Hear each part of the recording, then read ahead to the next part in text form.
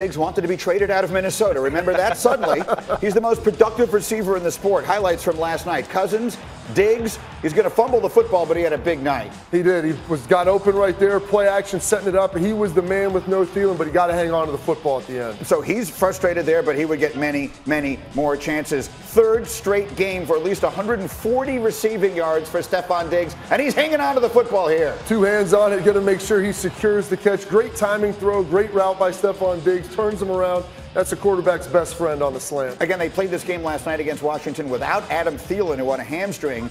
So it was Diggs' turn to take over, and indeed he would. Here's a pretty throw up the right sideline. And Greeny, this is all Diggs won earlier in the season. We're going to throw it 30 times. Just make sure 25 of them are accurate. Kirk Cousins drops it in the bucket, and it makes Diggs a happy camper. Jonathan Vilma still not satisfied. No, I agree. I am happily smiling over here. I agree. Diggs, 7 catches, 143 yards, and the Vikings with a win 19-9. There are no bad wins in the National Football League, and especially when you play in the NFC. Look at our football power index. These are our analytics on the best chance for each individual team to wind up winning the NFC Championship. The Vikings slot in there just slightly ahead of Green Bay. That may be a surprise.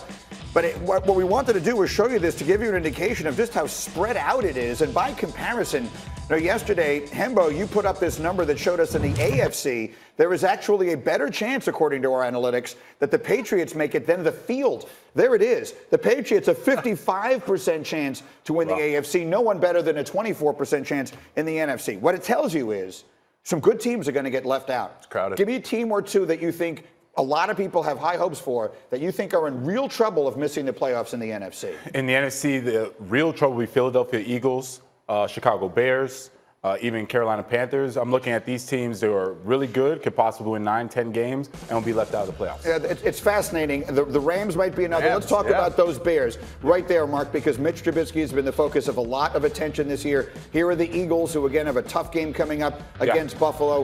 Which of these teams do you think gets left out? Because this will be a huge disappointment. There are the Rams. Well, listen, with the Vikings playing this well, I don't know if the Bears can make it. I mean, they had to put Mitch Trubisky back in.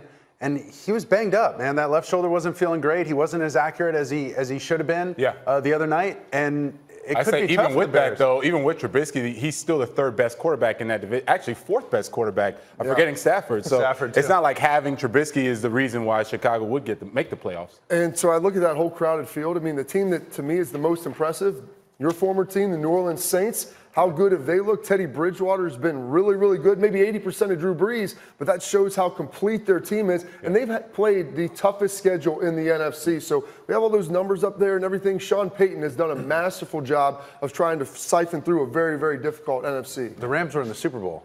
I don't know if they're going to stick Bears the playoffs. won the division. And they just made a huge trade for Ramsey, but I don't know if that's going to be enough. Look, this isn't that complicated. Somehow it all has to add up to 6. That's all the teams that are going to make it from the NFC. Put Dallas in, put New Orleans in, just for the sake of discussion.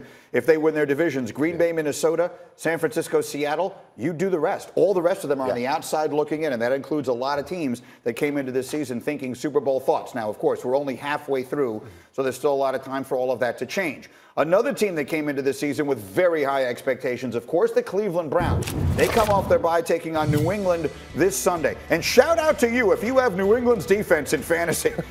They've allowed 48 points all season, the second fewest through 7 games by any team in the Super Bowl era. A member of that defense, however, is now gone. The team yesterday traded Michael Bennett to the Cowboys. He was suspended for last week's game after he had a disagreement with his position coach, so he's out of there. Not sure how much difference that will make. The Browns, meanwhile, have started the season flat, already posting their 2 worst losses of the last 4 seasons this year, and Baker Mayfield leads the league with 11 interceptions. And so the worst thing that can happen to a young quarterback who's having trouble with turnovers is to run into a Bill Belichick team, especially this defense. Bobby, you have some tape.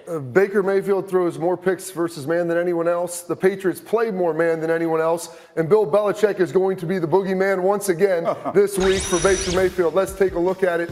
You see the deep safety here. Baker sees man-to-man coverage.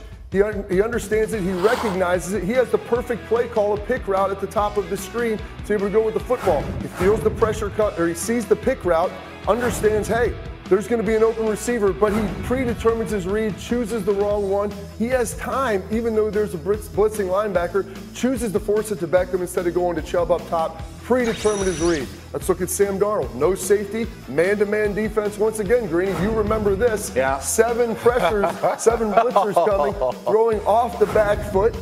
Sam Darnold, he has enough time. He has an open Le'Veon Bell down the side, but he predetermines throwing the out.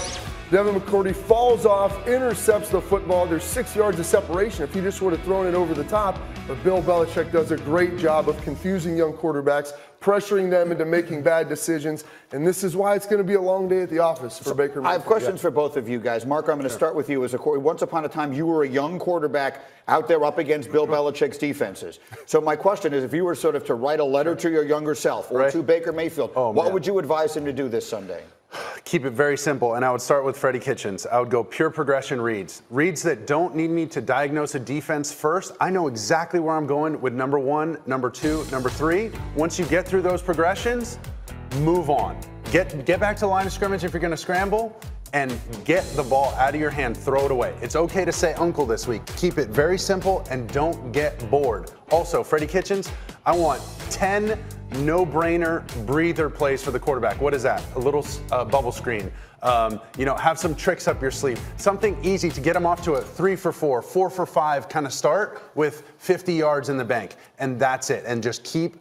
And then you're going to have to hope that the Patriots don't play well. This is the longest letter. But it's a good letter. Well, I was just telling you, dude. You're going to have to do so many things right, and they're going to have to screw up some stuff. I'm just telling you. Because this defense, we've talked about it, the numbers are historically good. Through the eyes of a linebacker, how good is this New England defense? They are tops. When you talk about historically, they're comparable to the 2000 Ravens, 2002 Bucks, and we're talking about taking the ball away. That is the single most important stat. Outside of points per game, single most important stat is taking the ball away. Why? Because offenses have possessions. If it's a possessions game, if you can have the ball more times on offense than your opponent, then you can score more times than your opponent, period. And the Patriots are doing such a phenomenal job. The only thing they're missing right now is that Ray Lewis type of guy, right? Who's that the big star on their team, and you don't really have that. They don't have stars. They don't really need it. Now, they have Stephon Gilmore, who probably is the best at his position, but one way or another, that's one of the interesting games on the Sunday NFL schedule. Saturday, we have a great college football game for you. It's a rivalry that dates back